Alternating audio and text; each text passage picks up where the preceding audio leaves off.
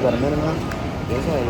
So you got any advice for a 22-year-old that's trying to outgrow the city of Chicago? Man, I'm from LA. I mean, I'm from Chicago, but I'm out here in LA right now. Well, you say you're trying to outgrow the city of Chicago? Not outgrow, but like, just better my situation, you know what I'm saying? 'Cause it's like people from your hometown, they gonna support you, but it's like I only been out here for 2 days, and it's like I'm already prospered and did.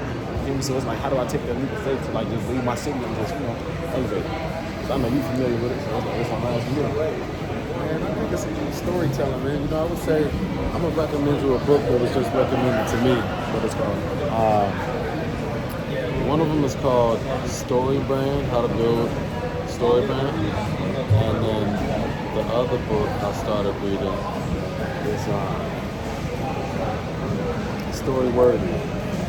So I'm reading these two books right now: Building a Story Brand 2.0 and Story Worthy. Somebody just put me on those. I mean, you got that camera in your head, man. If you just tell your story with that camera, it don't matter where you at. You know what I'm saying? What made you practice Islam? Islam, I just came to Islam very organically. My attorney actually was a Muslim, and he was so disciplined. He was always like leaving meetings to go pray, and he was my attorney in the cannabis space, but he didn't smoke. He'd be at the parties late, not drinking. He was so disciplined, and I was like, man, I'm intrigued by. So how do you? I'm guilty of like suppressing my stuff for years and things. So like, how do you step away from that? You know what I'm saying? How do you step away from that void of trying to smoke and suppress the feelings of like, 'cause I go through mental health and all that stuff all the time too. So it's like sometimes you gotta raw dog life, man. Sometimes you gotta face that shit. You be how old? You sober? You sober? I be sober like so most of the time. I mean, I smoke some weed, you know what I mean? Because I sell weed, you know what I'm saying? But like, there's value in also like purity. It's not a pure thing. Maybe it's just like you get stronger when you have to overcome things without, you know what I mean? Like you gain strength. You know what I'm saying? So I think it's value in that. Is it tough maneuvering with all like the limelight on you and stuff like that? You gotta cope with everything. In a way, that's its own unique set of challenges, but it's also many opportunities. So, you gotta take the good with the bad. So what's the best and worst thing you've never had to experience with being in the limelight? You keep short and simple. I know you're gonna go. That's the worst. Whether that be family turning on you, like that. How did you deal with that? Crashed out. See, y'all was just telling us not to black out, man, not to crash out. That's what I'm saying, but I had to crash out a few times, then to realize there was another way to do it.